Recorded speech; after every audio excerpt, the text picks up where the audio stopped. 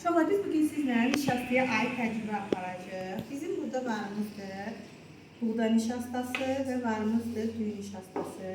Biz nişastanı nə ilə təyin edirik? Yodla təyin edirik. Bir də yodumuz var burada. Və biz nişastanın məhlulunu hazırlayacağıq. Sonra ona yod məhlulu əlavə edəcəyik. Rəngi necə dəyişdiyini müşahidə edəcəyik. Gəlin hazırlayaq. Nişasta məhlulu hazırla.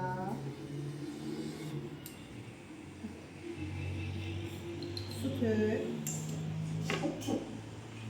Bunu da sən hazırlayasın. Buradan isə bu da Yaxşıdır, aynı anda. hə, qarışdır şüşə çubuğuna. Az değil mi? Tök də suyunu tök. Oldu. Bunu da tökəlim. Suyu tök.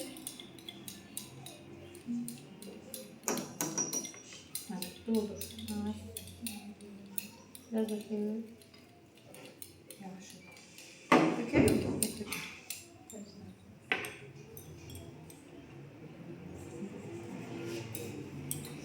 İndi arkadaşlar, baxaq görək. Bu nişastalar yodun təsirindən məhlullar necə rəngini dəyişir. Bilmirsən. Ya da sonra qoyalım. Tökək. Suyu tök də biraz. Yaxşıdır, aynı anda. Su tök. Suyu niyə az tökürsən? Yolda biraz yardım.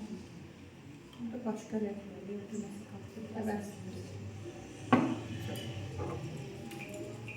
İndi gəlin bura yod tökək və rəngi necə dəyişdiyini müşahidə edirik.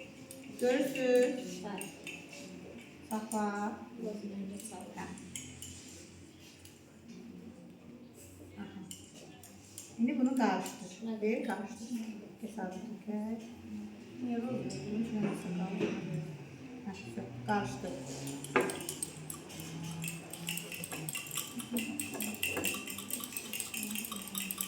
Deməli, uşaqlar, düyü nişastasının tərkibində nişasta 80% olur. Buğdanın tərkibində isə nişasta 70% olur. Şimdi gəlin baxın. Bura qoyaq. Rəngi dəyişdim. Qoysun bura. Elə ora qoyaq.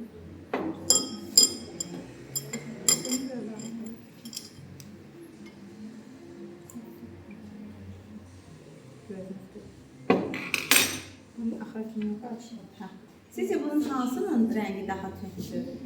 Bunun rəngi daha tündür. Deməli, bu məhlulda nişastanın faizi daha çoxdur. Bu düyü nişastasıdır, bu isə nədir? Buradakı. Və biz nişastanın harada çox olduğunu, rənginin daha tünd olmasını müşahidə edə bilərik. Bugün biz sizlə yodla nişastanı təyin elədik və gördük ki, doğrudan da yodun təsirindən nişasta məhlulu nə rəng aldı? Tünd, göy rəng aldı. Burada nişastanın miqdarı az olduğuna görə bu məhlulun rəngi daha açıq rəngdir, bu məhlulun rəngi isə daha tünd rəngdir. Hər iki məhlul nişasta məhluluydu. Burada faiz etibarilə az olduğuna görə daha açıq rəngli oldu, burada isə biraz tünd rəngli oldu. Bugün biz sizlə bu təcrübədə bunları müşahidə etdik.